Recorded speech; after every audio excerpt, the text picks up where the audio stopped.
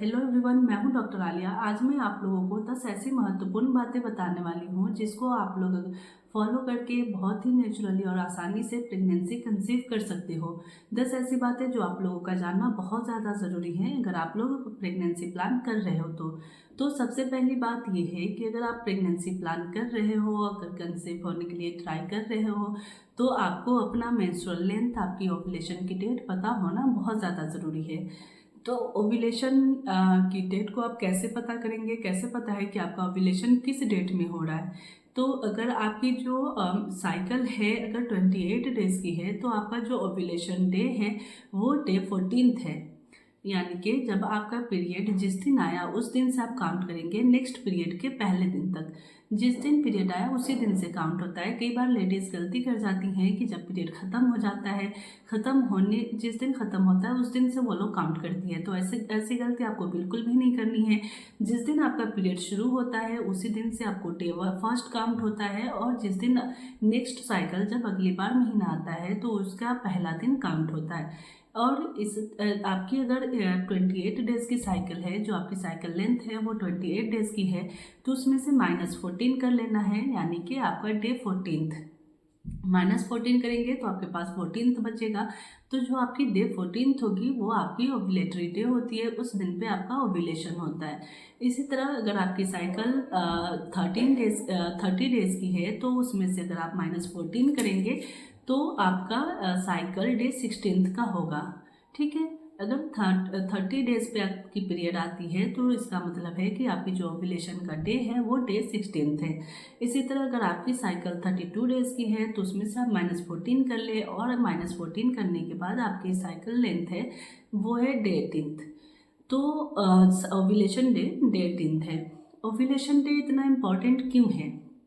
क्योंकि ओव्यूलेशन में आपके जो अंडे हैं वो निकलते हैं और निकल के वो ट्यूब में जाती हैं, और जिस दिन ओव्यूलेशन होता है उस दिन अगर आप संबंध बनाते हो या उससे 2-4 दिन पहले भी अगर आप संबंध बनाते हो तो ही स्पर्म जाके उस अंडे से मिलेगा, तभी जाके आपको बच्चा कंसीव होता है। आम भाषा में बोले तो जब वो अंडा निकलता है, ट्यूब में जाती है, और स्पर्म जब ट्यूब में पहुंचता है तो फर्टिलाइज होता है। फर्टिलाइज होने के बाद आपको बेबी कंसीव होता है, एम्ब्रियो इम्प्लांट होता है, तभी जाके आपको प्रेगनेंसी कंसीव होती है। तो अगर आपको अपना ओव्यूलेशन डे ही नहीं पता होगा तो फिर आप कैसे काउंट करेंगे कि आपका ओव्यूलेशन कब हो रहा है, आपको कब साथ रहना चाहिए और कब आपका साथ रहना बहुत ज़्यादा ज़रूरी है। तो आपको अपना ओव्यूलेशन डे ज़रूर पता रखना चाहिए। इसके लिए मैंने आपको जैसे बताया है कि डे फर्स्ट से नेक्स्ट पीरियड के डे फर्स्ट तक काउंट करेंगे, और जितने दिन की आपकी साइकिल है उसमें से -14 करेंगे, जो भी डे बच जाएगा उस दिन आपका ओव्यूलेशन होगा। अगर आपकी 30 डेज़ की साइकिल है तो डे 16th आपका ओव्यूलेटरी डे है। तो उस दिन पे आप ज़रूर संबंध बनाएं, तभी जाके आपको बच्चे कंसीव हो पाएंगे। कई बार कपल जो होते हैं वो कई सालों से ट्राई कर रहे होते हैं, लेकिन उनको अपना ओव्यूलेटरी डे नहीं पता होता है, ओव्यूलेशन का दिन नहीं पता होता है, या उससे पहले या उस दिन साथ नहीं रह पाते हैं, जिसकी वजह से बेबी कंसीव नहीं होता है। इसलिए आपका ओव्यूलेशन का डे पता होना ज़्यादा ज़रूरी है।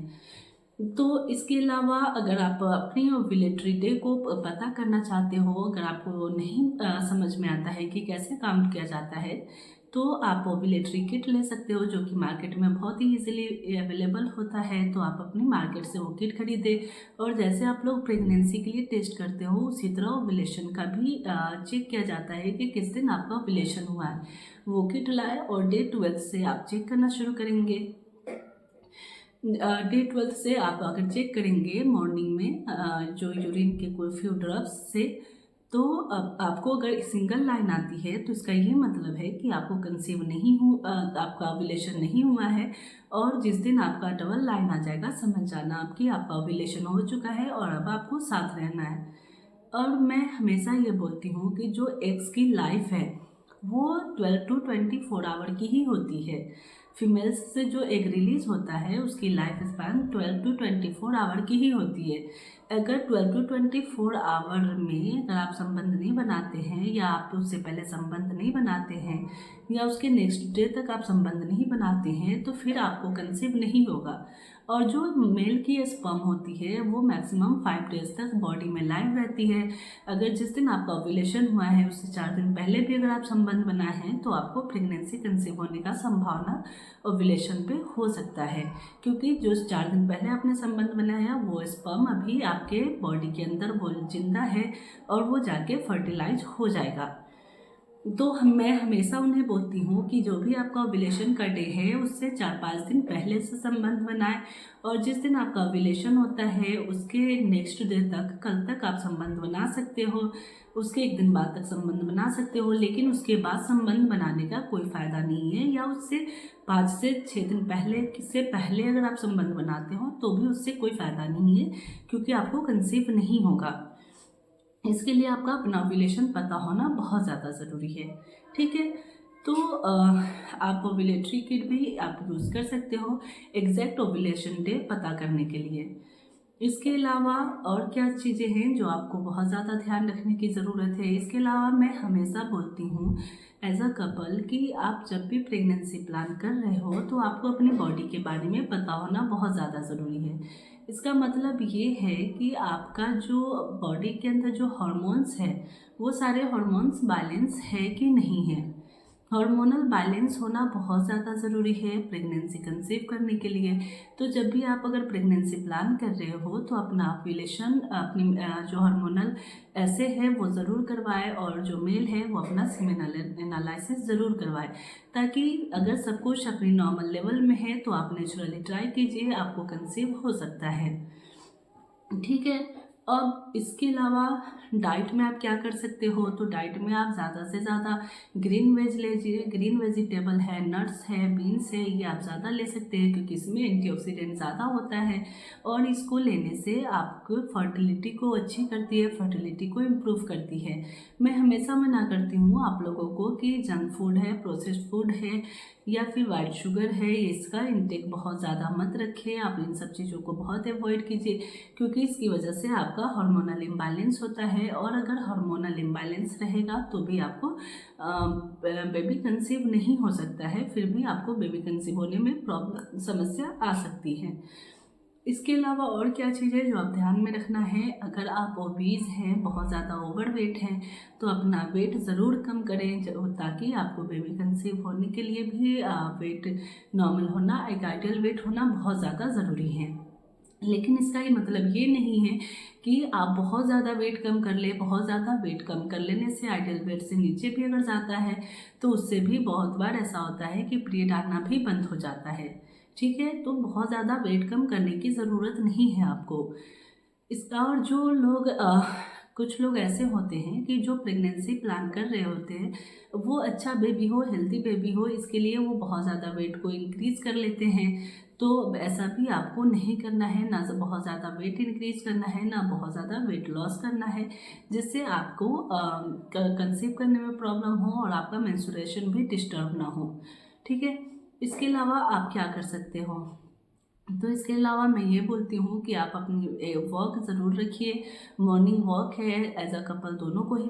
और इसके अलावा मैं हमेशा बोलती हूँ कि जब भी आप अपनी प्रेगनेंसी अगर प्लान कर रहे हो तो प्रेगनेंसी प्लान करने से पहले आप विटामिन D3 है, विटामिन B12 है, फोलिक एसिड है, ये सप्लीमेंट आप ज़रूर लें, ताकि आपको ना ही सिर्फ फर्टिलिटी को इम्प्रूव करती है, कि क्वालिटी को इम्प्रूव करती है, बल्कि जो भी बच्चा कंसीव होने वाला है उसमें किसी भी तरह की जन्मजात विकृतियाँ नहीं होने देती है, कॉन्जेनाइटल एबनॉर्मलिटीज़ बच्चे में नहीं होने देती है।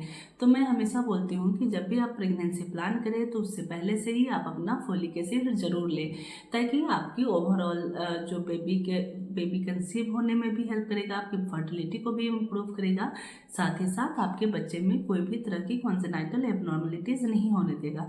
तो इन सप्लीमेंट्स को भी आप ले सकते हो। कई बार आपने सुना होगा कि कई कपल कई साल से ट्राई कर रहे होते हैं, और जब वो अपने डॉक्टर के पास जाते हैं और डॉक्टर उनका ट्रीटमेंट करती है, फॉलिकुलर इंडक्शन करती है, तो उन्हें कंसीव हो जाता है। क्यों? क्योंकि जब डॉक्टर के पास जाती है, डे 2 से पीरियड जिस दिन आता है उसके दूसरे दिन से ही जाना होता है, और जब वो जाती हैं तो कुछ दिन मेडिसिन खिला के डे 12 से उनका एक अल्ट्रासाउंड करवाती है, जिसमें वो फॉलिकल्स का पता करती हैं कि फॉलिकल का साइज कैसा है, बढ़ रहा है कि नहीं, और कब रप्चर हो रहा है। जिस दिन फॉलिकल रप्चर होता है, फिर डॉक्टर बोलती हैं कि आपको हस्बैंड वाइफ को साथ रहना है, और साथ रहने के बाद कुछ मेडिसिन देती हैं, और फिर ये बोलती हैं कि अगर आपको कंसीव हो जाता है तो भी आपको मिलने आना है, नहीं होता है अगर पीरियड आ जाता है तो भी मिलने आता है। तो कई बार ऐसा करने से एक बार ही फॉलिकुलर इंडक्शन करने से वो लोग कंसीव कर जाती हैं, क्योंकि जिस दिन रप्चर होता है उस दिन उन्हें बोला जाता है साथ रहने, जिसकी वजह से वो कंसीव कर जाती हैं। तो इसलिए मैं हमेशा आपको बोलती हूँ कि आपका अपना ओव्यूलेशन डे पता होना बहुत ज़्यादा ज़रूरी है। इसके अलावा कौन सी ऐसी चीज़ें जो आपको अवॉइड करनी है, तो अगर आप मैं अगर दोनों को ही, मेल एंड फीमेल दोनों को बोलती हूँ कि अगर आप लोग स्मोकिंग कर रहे हो, अल्कोहल ले रहे हो, तो ये सब चीज़ें आपको बिल्कुल भी नहीं लेनी है। बहुत जल्द, जितनी जल्द हो वो सब आपको छोड़ देनी चाहिए, क्योंकि अगर आप स्मोकिंग करते हो तो भी इससे आपकी फर्टिलिटी ख़राब होती है, आपके स्पर्म काउंट ख़राब होते हैं, मोटिलिटी ख़राब होती है, और फीमेल में भी इसकी क्वालिटी ख़राब होती है, फिर आपको कंसीव होने में प्रॉब्लम हो सकती है। तो आप अपना स्मोकिंग और अल्कोहल इंटेक बिल्कुल भी ना लें। इसके अलावा जो महत्वपूर्ण चीज़ है वो ये है कि अगर आप लोग प्रेगनेंसी प्लान कर रहे हो तो आपको बिल्कुल भी स्ट्रेस नहीं लेना है। मैं हर बार ये बोलती हूँ, अपने हर वीडियो में बोलती हूँ कि अगर आप लोग किसी भी चीज़ के लिए या प्रेगनेंसी प्लान करने पे कई बार ये होता है कि कपल स्ट्रेस में आ जाते हैं, एंजाइटी होने लगती है, जिसकी वजह से उनका हार्मोनल इम्बैलेंस हो जाता है। फिर हार्मोनल इम्बैलेंस की वजह से भी वो लोग कंसीव नहीं कर पाती हैं। तो अगर आप लोग बहुत ज़्यादा स्ट्रेस लेते हो, इस चीज़ को लेके बहुत ज़्यादा सोचते हो, तो भी आपका हार्मोनल इम्बैलेंस हो सकता है, जिसकी वजह से भी आप कंसीव नहीं करोगे। तो जब भी आप लोग ट्राई करें तो ये ज़रूर कोशिश करें कि इस चीज़ को अपने ऊपर हावी नहीं होने देना है, और इसके लिए बहुत ज़्यादा स्ट्रेस नहीं लेना है। नहीं तो अगर हार्मोनल इम्बैलेंस होगा तो भी आपको कंसीव नहीं होगा। इसके अलावा आप और क्या कर सकते हो, तो मैं हमेशा ये बोलती हूँ कि अगर आपकी एज 30 ईयर से कम है, ठीक है, आपको नेचुरली ट्राई कब तक करते रहना चाहिए। तो नेचुरली ट्राई करने का जो टाइम है कि अगर आप 30 ईयर से बिलो हैं तो आप 1 ईयर तक नेचुरल ट्राई करने की कोशिश करें। अपना हार्मोनल ऐसे पता रखें, अपनी हर चीज़ पता होने के बाद आप 30 ईयर से बिलो अगर हैं तो आप 1 ईयर तक अनप्रोटेक्टेड सेक्स करते हैं, और उसके बावजूद भी अगर आपको कंसीव नहीं होता है तो आप अपनी डॉक्टर से ज़रूर मिलें, ठीक है, अगर आप 30 ईयर से बिलो हैं तो। और इसके अलावा अगर आप 30 ईयर प्लस है तो मैं उनको यही सजेस्ट करती हूँ कि अगर आप 6 मंथ अनप्रोटेक्टेड सेक्स करते हो, फिर भी अगर आपको बेबी कंसीव नहीं होता है, तो आप 6 मंथ से ज़्यादा वेट ना करें, क्योंकि 30 ईयर के बाद जो ओवरी की रिजर्वायर होती है वो कम हो जाती है, जिसकी वजह से मैं उन्हें ज़्यादा वेट करने के लिए मना करती हूँ। और ये मैं हमेशा उनको बोलती हूँ कि आप अपनी डॉक्टर से ज़रूर मिलें, क्योंकि अब इनफर्टिलिटी या ऐसी कोई भी हार्मोनल इम्बैलेंस आती है तो इनके लिए बहुत सारी सुविधाएं हैं जो अब बढ़ गई हैं, जिसकी वजह से एज अ कपल आप बहुत ही आसानी से कंसीव कर सकते हो। तो अगर आप बिलो द 30 ईयर हो तो आप 1 ईयर ट्राई करें। अनप्रोटेक्टेड सेक्स के बाद भी अब प्रॉब्लम होती है तो अपने डॉक्टर से मिलिए, और अगर आप अबव द 30 हैं तो 6 मंथ से ज़्यादा आप वेट ना करें, ठीक है।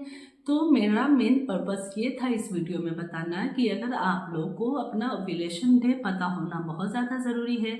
ओव्यूलेशन डे नहीं अगर पता है तो फिर आपको हमेशा एक मिसकंसेप्शन बना रहेगा कि हमें कब साथ रहना है और कब साथ नहीं रहना है, और कब आप साथ रहेंगे तो आपके चांसेस बहुत ज़्यादा होते हैं कंसीव होने के।